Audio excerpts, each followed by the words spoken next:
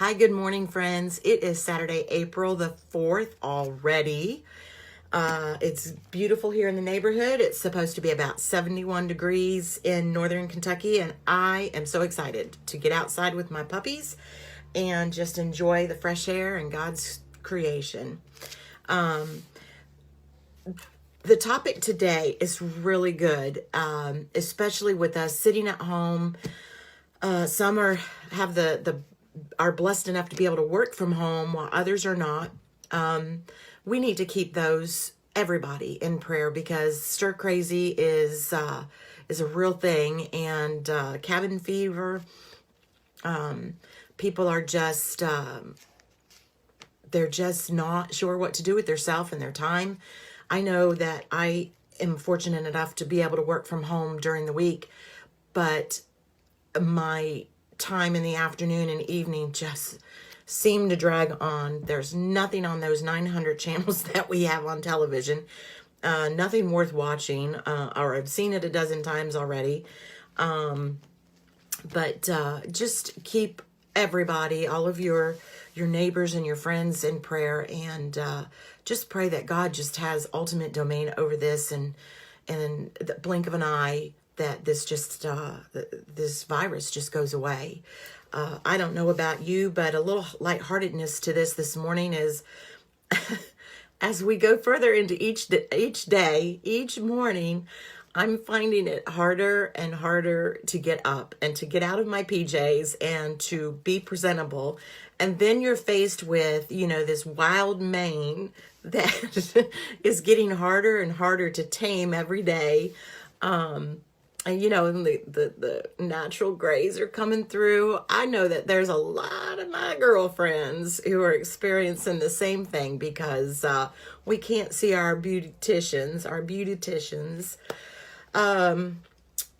And when we do, Vanessa, I know that you watch these. Girl, I need to be up on that list because I haven't seen you since January. So anyway, today's lesson is a really great one. And this is keeping in with our topic of getting to know God. And today we're going to talk about the 7 things that God hates. And I know that sounds like a really strong word, but when I was preparing for this, and the more that I read God's word and I understand it better, these are among the top list of things that we need to keep in our mind, that God does not want us to do as Christians and his followers. So first, let's talk about God is love. And in, let's see, 1 John 4:7, this is the verse. It says, in the heading of it is knowing God through love, which I just love. But it says, beloved, let us love one another, for love is of God. And everyone who loves is born of God and knows God.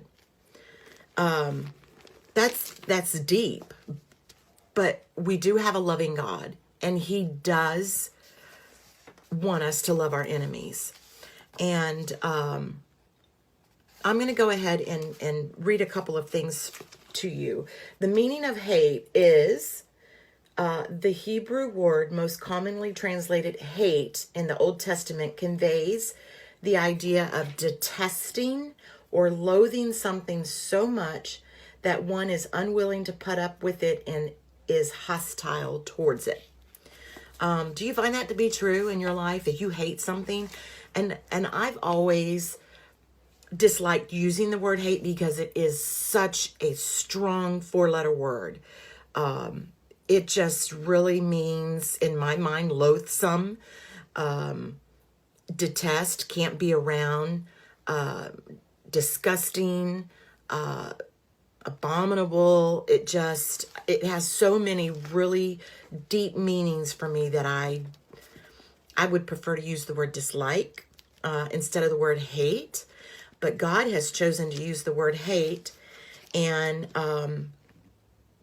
in Proverbs 6 in verses 16 through 19, we're going to talk about the 7 things that God hates. And it says, yes, 7 are the abomination to him: a proud look, a lying tongue, hands that shed innocent blood, a heart that devises wicked plans, feet that are swift in running to evil, a false witness who speaks lies, and one who sows discord among brethren. Right there, 7 things that we need to not do in our lives. So in reading from my Layman's Bible Commentary, Volume 5, under Proverbs 6, it's under the life skills section, and it states the first 5 things mentioned in this list are body parts. These body parts are set in a sequence that moves from the head to the feet. That's verses 17 through 18. These 5 items concern general moral characteristics such as pride, dishonesty, and a violent or manipulative character.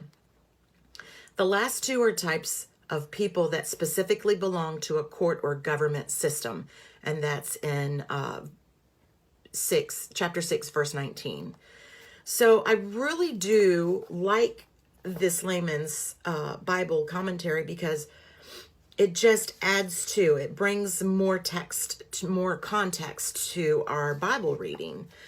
And along with those 7 things that God's outlined, there are a few more things that God has mentioned throughout the Bible, and all of the Bible verses will be in our Facebook layout. But those are idolatry, unrepentant evil people, violent people, empty religious rituals, robbery and wrongdoing, and those who challenge his authority. And the last one is evil plans and perjury. Now some of those things can be wrapped up in the first 7. But if you are mistaken on what God does or does not want us to do as Christians, I again refer you to his word. He tells us what makes him happy and glad, and things that we do that would glorify him. And now he's giving us the 7 things that he hates. I was going to say dislikes, but it's not the word. He hates them. So, although Jesus said that Christians are to be known for their lavish love for one another and to love our enemies, which I don't know about you. I don't have very many enemies. I really don't have any enemies. But the Bible tells us to love them. So we can love them from afar. We can pray for them. But the Bible also makes it extremely clear that believers are to hate evil. And you can find that in Amos 5:15, Romans 12:9, and Hebrews 1:9. So those are the things that God has laid before us that he wants us to heed, to keep in mind, to stir away from. And in my mind, whatever the opposite is of those, that's where he wants us to move, to be, to act, to react, to respond. And just, we just need to love. We just need to love. It's hard. Sometimes we have to distance ourselves because people are not conducting themselves in a manner to which we feel is not beneficial. We feel is what God would have us to have in our lives. There are some people who are conniving, who are manipulative, who are they just don't have the best in mind for anybody but themselves. And it's okay to distance yourself from them. It really is. But you still need to love them. And I was talking with a dear sweet friend yesterday who shared with me that this exact thing is happening in her life right now. And I just reassured her that it's happened in mine as well. And it is okay to distance. It is okay to love from afar and pray for them. You need to pray for you as well, that God just gives you that peace, that they're not in your life any longer. And I believe that people are brought in our lives sometimes for a season and sometimes for a lifetime. And just pray that God brings those people to you. He plants them in front of you, and that you're able to see the reason for that planting. And I hope that you are blessed by today's message. I hope that you take some time to look up all of the verses that I'll be listing on Facebook. And I pray that you just have a glorious day. You find wisdom in God's word. And until tomorrow, I pray that you know God. You're wanting to grow closer to Him, and know that He really does love you. So until tomorrow, friends, have a great day.